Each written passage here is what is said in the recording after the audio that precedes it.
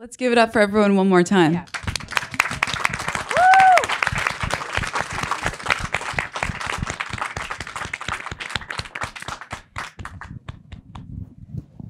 So please introduce yourself to the audience. Grant Curatola, East End. My name is Dane Ray. I'm director of Walk of Shame. I'm Shannon Plumb. I was in his film. Spencer Holden. I did World on the String, the twirling camera one. I got it. My name's Adrian, Dexter. I did all the animated films, the 4 animated shorts. So we'd love to ask you guys some questions, and we'll start first with Dane and Shannon, who did Walk of Shame. I'm partial since we worked on the film, so I know a little bit about it. But Dane, I'd love for you to tell us the significance of the jacket and the story behind that, and sort of the inception behind the whole film as a piece. Yeah. It's funny how the jacket became this, the inspiration for my story. This was, I guess, now 2 years ago, before the pandemic, and I was with my girlfriend in Brooklyn, and we were just kind of casually shopping at a thrift store, and I stumbled across this jacket, and then on the name of it was Moffat, and from there I kind of stopped myself for the first time. And there's many people here, I'm sure, go thrifting, and there's this thing that kind of happens where you could kind of just separate the object from the person very easily, and I saw this name, and for some reason I couldn't really shake it why this was kind of haunting me. I ended up buying the jacket, and from there I wrote the story about this woman who is torn between getting rid of the remnants of her late husband and trying to move on, and trading in that for a new life, and her being in the middle of that process. So,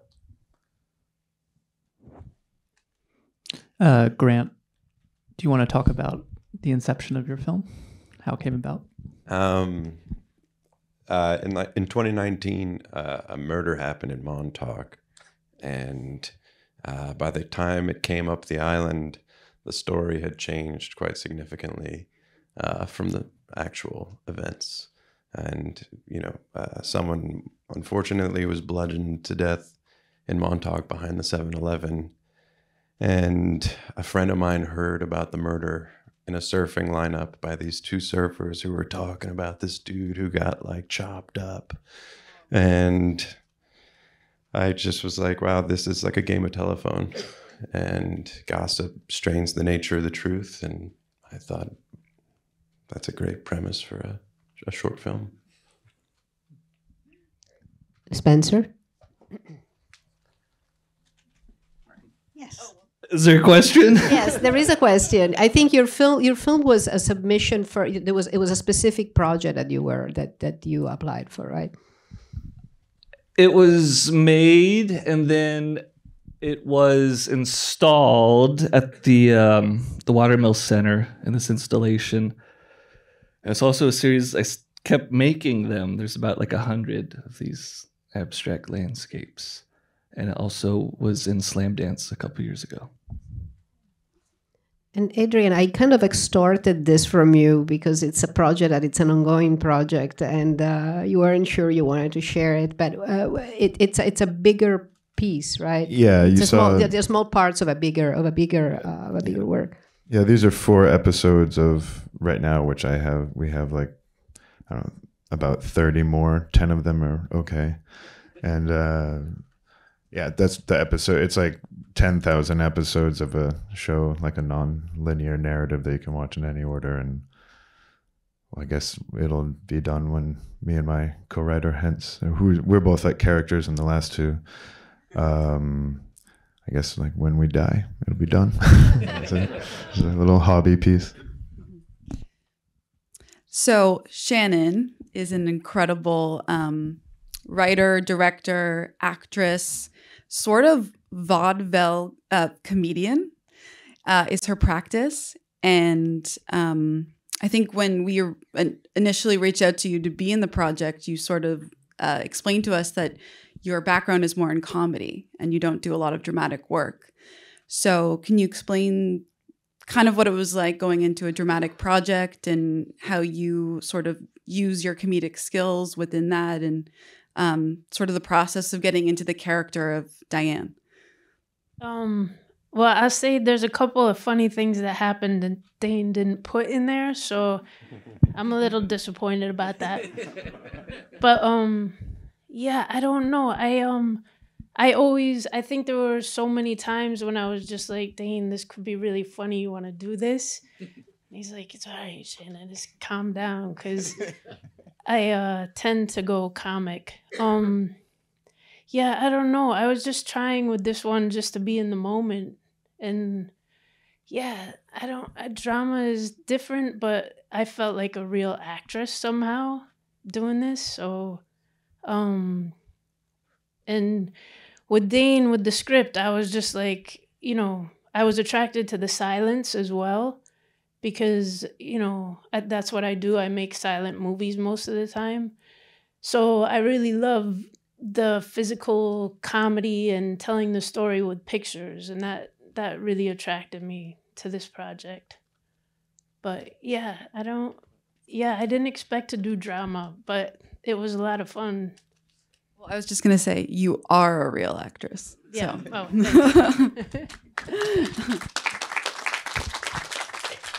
Yeah, we were talking about it upstairs, on this topic. I think your sense for comedy really helped in those silent moments. It's just like it's very clear that you have an incredible sense of timing that works in a dramatic way, and it's just really lovely work. What is when we have big sort of filmmakers at early stages of their path, we always I always wonder, how do they convince people already known, and what's the attraction of an actor, of someone, or an artist that is established and a writer to work on a film by a filmmaker who's just at the very beginning. Oh, man. Yeah, for you, yeah. I mean, with Dane, I love the script. I don't act for any, like, I do my own work I'm the director and whatever. But with Dane, it was interesting because he's only the second person that I really performed for or acted for, aside from my husband. I was in a couple little things. But yeah, I was kind of amazed that he could speak for a middle-aged woman. I was like, I mean, there's a big story. When I first looked up his name, it came up he was a Rastafarian. And I was like, wow, that's amazing. He wants me, this white girl, to be in his movie. I was so impressed. But then I realized Dane Ray, I looked up a little further and I saw his face. And I was still like, but this is so amazing. This kid is so young. And he's portraying a middle-aged woman. Whoever does that, it's so... I thought that was amazing. And I mean, with my husband, I was terrified to go do this because I knew they were half my age, which you'll understand when you turn 50. But that frightened me so much. But it was the best thing. And I'm so happy I got to meet these filmmakers and Giulia and Sam. And yeah, it was amazing. And we should reveal who her husband is, because he's in the room with us. He's in a great filmmakers on his own. It's Derek Cianfrance. He did Blue Valentine and Place Between the Pines and other great films. And I hope we'll get him to show his own work at some point before too long. I would like to say that during the months leading up to the production, we live across Prospect Park on the other side, and I think a good thing that we were able to do is to just go on walks. She walks like every day, and so she would take me on like a 30-minute walk, and we talked about the character and learn about each other too. And actually, we became really good friends from that, really. She's been around the block, so it was just really inspiring to also see an artist that's still working and still imaginative and pushing it. And it feels good to know that there's hope on the like in this journey, and she gave that to me. So yeah, The true collaboration, I'd say, between you guys. One more question for you, Dane. Talk about the significance of place. Yeah. Because I think that your film, not only is Shannon obviously the main character and such a strong part of that, but also place plays a really significant role.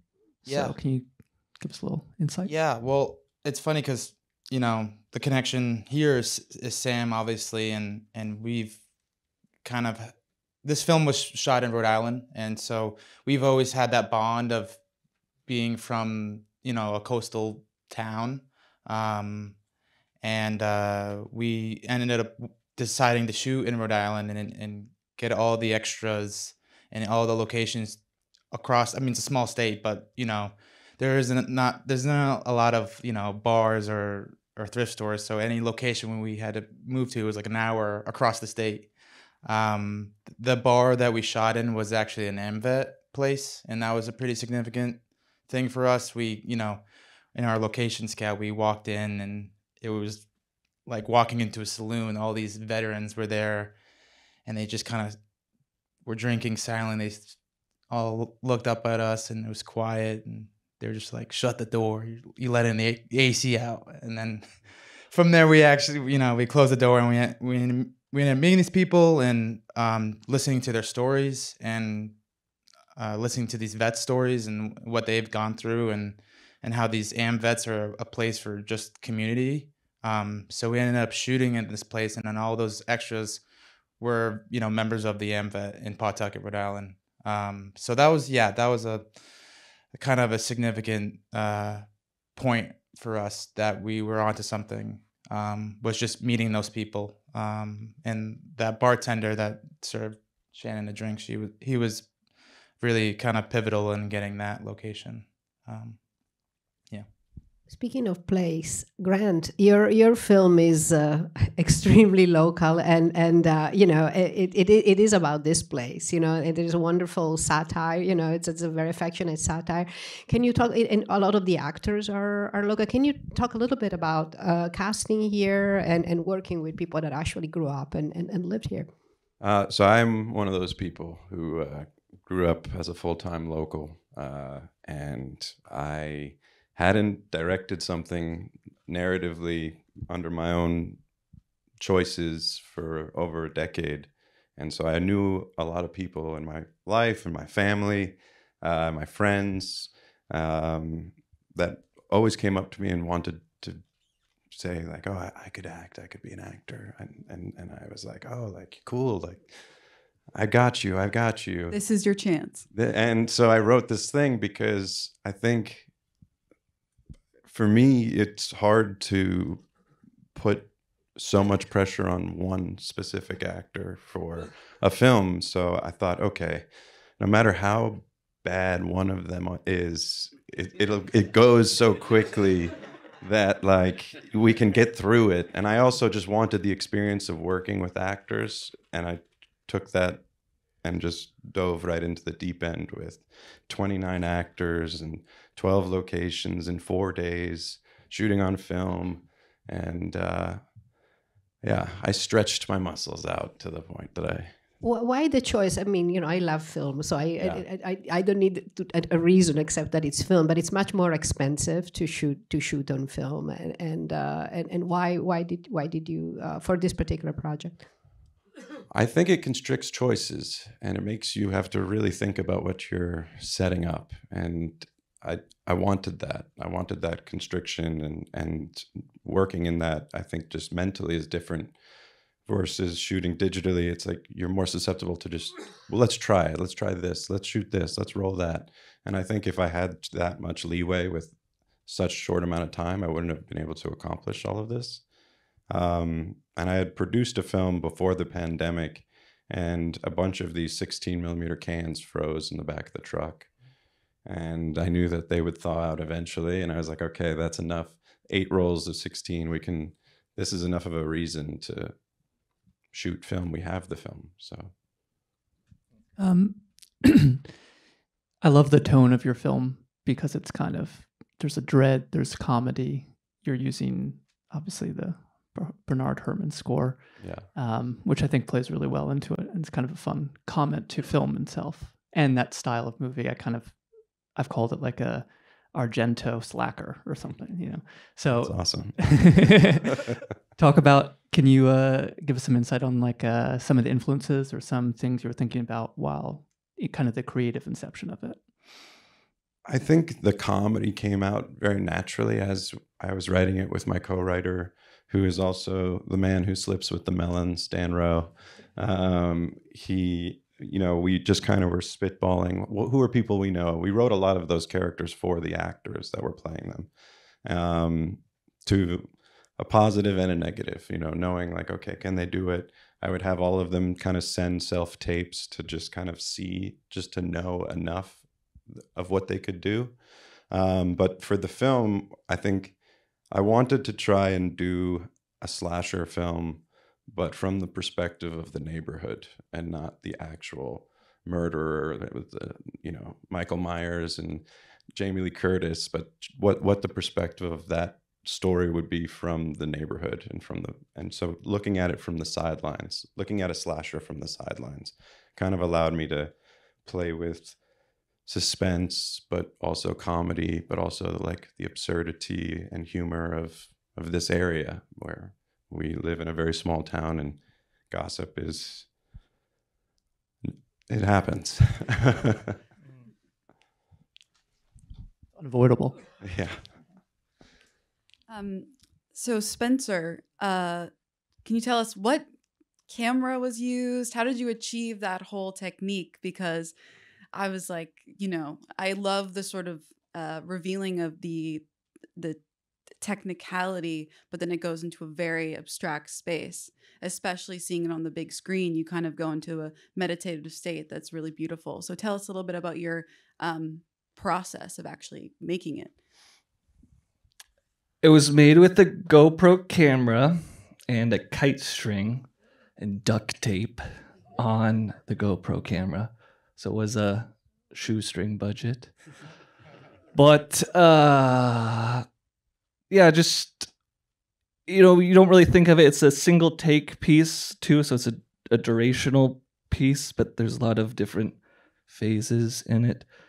It's also performative because it's a gesture of spinning the camera and ending it. And I was just hoping to make something kind of painterly was the goal, and hopefully make a thread to the history of the abstract expressionist paintings that are out here locally, but incorporate video.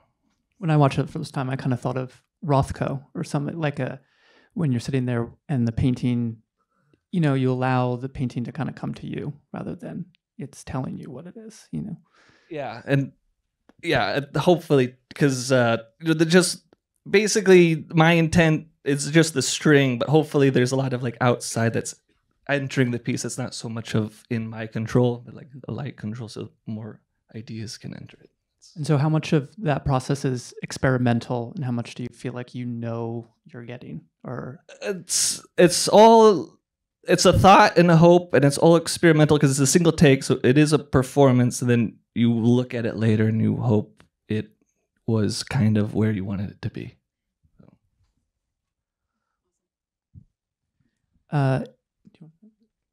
Adrian, I love the variety of your animations. They're all different kind of styles, I think, in a way. Can you talk a little bit about that choice and why some of them are the way that they look and why others are more painterly and more, there's a beauty to all of them, but there's a variety too. I want to add that last year we showed another piece of Adrian that was completely different. It was very lysergic. More beautiful.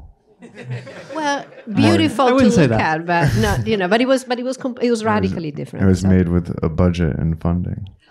And I think, but yeah, no. So my actual latest film was screened last year. There's like a more of an ongoing parallel thing until my death. Remember, but it's actually not so dissimilar from, honestly, to answer your question, it's not so dissimilar from Grant. Yeah. What Grant said, because is this like big non-linear narrative that like sort of connects with different motifs, and the narratives sort of start to bleed into each other in little different ways. But to produce that, we produce them whenever we can, and kind of with whoever's around. So being able to change the style depending on who can help and who can put that idea together, and knowing that they're very short, and if it's bad, it's fine, because we'll get to the next one fast, and it's okay if like this one is ugly or this one is, and then because then don't worry, there's like a pretty one coming up, so that kind of thing. Did that meeting come from personal experience? Oh yeah, directly from a letter we got. It was almost like verbatim, actually. We didn't really. They were looking for like literally like innovative new web series, and we were like, hey, we're making this show. It's like, and they were like, this is terrible. You're like, I'm going to turn that into an animated web series. Thank you. That's basically the. Yeah. Well, should we open up the audience? I mean, I have so many more questions, but I have a question for films, if that's okay.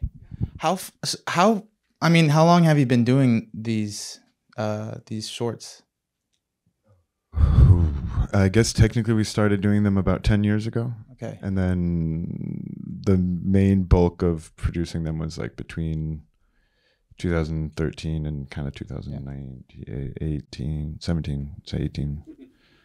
How far ahead are you of like, do you have like a pile of ideas that you're just pulling from a hat, or is like, what is that process? There's a lot of scripts laying around. Yeah. Yeah. And a lot of also like lost animatics and things. And yeah, there's about like 56 minutes I think we have right now. And then like some of them are, not passable, but that's fine because they're all have a number on them and they exist. And we got to make 10,000. So speed it up. So raise your hand if you have any question. Can I ask a question? Grant, your film, the editing was so cool. Like, how did that happen? Because I love how each scene connects, and I just love the editing on the film. Like, what were the thoughts on that and connecting scene to scene? I guess. Well, I wanted to make like all these micro narratives within each transition, so that there was almost like a story within each one, and that was kind of like a big part of it was how could we tell a story within the story, but just make it all visual and all character based and situational. And then that made the editing pretty easy because we were like, oh, we can't cut a single one of these characters because they're seen in the next one. So it does have this kind of domino effect. And it just kind of stayed as true to the script as possible. Cutting like a couple lines here and there, but just to kind of keep the ebb and flow. Because it is one that just keeps going and going, and it could keep going and going. And so we just wanted to kind of rein it in when we could. Spencer, one thing, when the film was shown as an installation, how was it set up at the Watermill Center? There were multiple screens, or there were 30 monitors, old school monitors, standard def, the kind you see kind of like in Guggenheim and MoMA. They're like Sony Square monitors. They're like this this box look, and they're all spread out on the field. And so they're these gray squares. They were spinning and twirling, creating light, as the sunset happened and illuminating the path, and then lots of tons of cables. It's like squares and lines on the ground with the cables. And it was just this one, or you had multiple different ones? Different ones going. Yeah. No hands? Did you say anything about the... Hold on, get the mic so that everybody hears. I was wondering if you could say anything about the films whose filmmakers are not here. I'd like to just know more about the boy in the swimming pool and the, who did that and how that ended up here. His name is Tish. I think I'm pronouncing that right. I think he grew up, or he was born in Long Island. I don't know if he fully grew up here, but I know the film was shot here. And it actually premiered at Slam Dance with Grant's film, which is how we kind of came to see it and came to want to screen it here. We wish he was here. He was unable to come. That's all. That's kind of all I know about it, to be honest. And then Theo Gray is the DP of There, which is the second film after Adrian's first animations, and he grew up here in Sag Harbor, and we screened one of his directorial films on the first Sound Visions one. Yeah, he's a wonderful visual artist. You can see just the framing, that the sense for close up and timing. He's really talented. I think he's in school, right? Yeah, he's finishing up NYU school right now. Thank you. I have a question. I'll ask Dane one more. Dane, talk about the process of just making a short in general, not necessarily the production, but writing. You wrote the film. How you have to condense such a life into a small amount of time. Was that hard for you? Yeah. What was that process? Well, we've had this conversation before, Sam, but shorts can,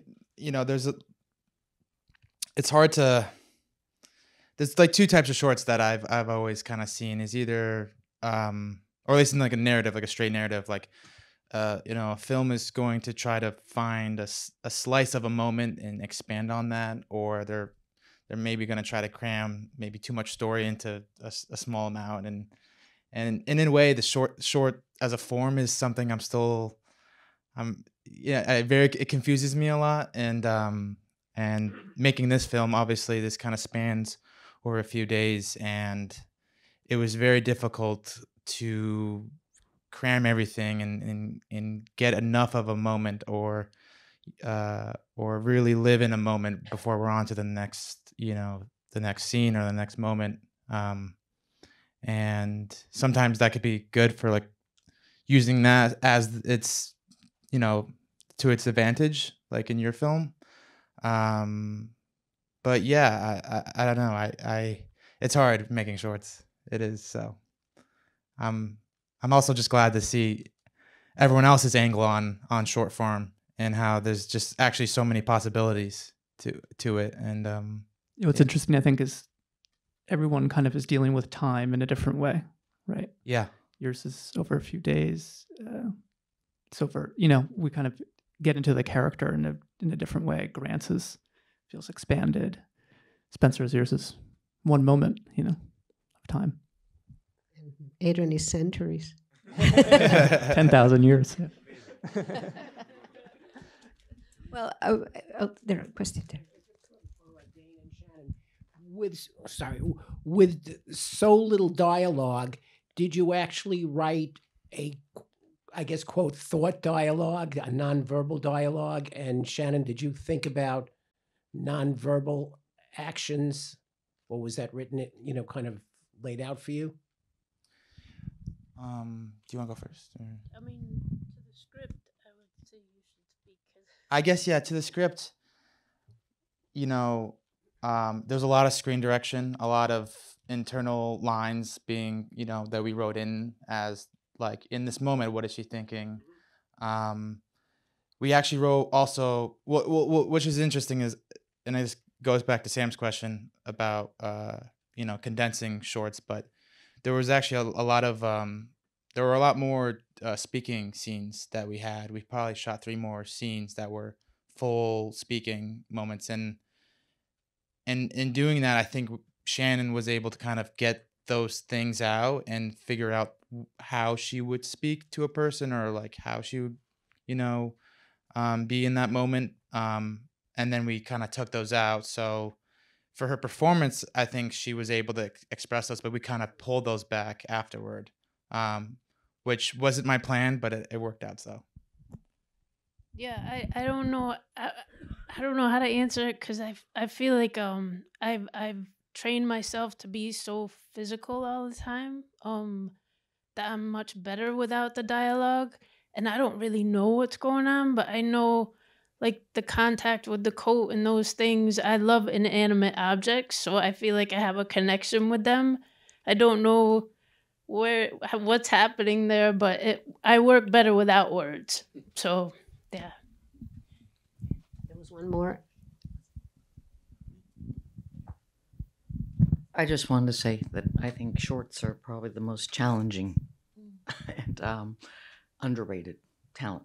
And you all proved one more time I'm a big shorts fan. And it was an absolute pleasure. So thank you.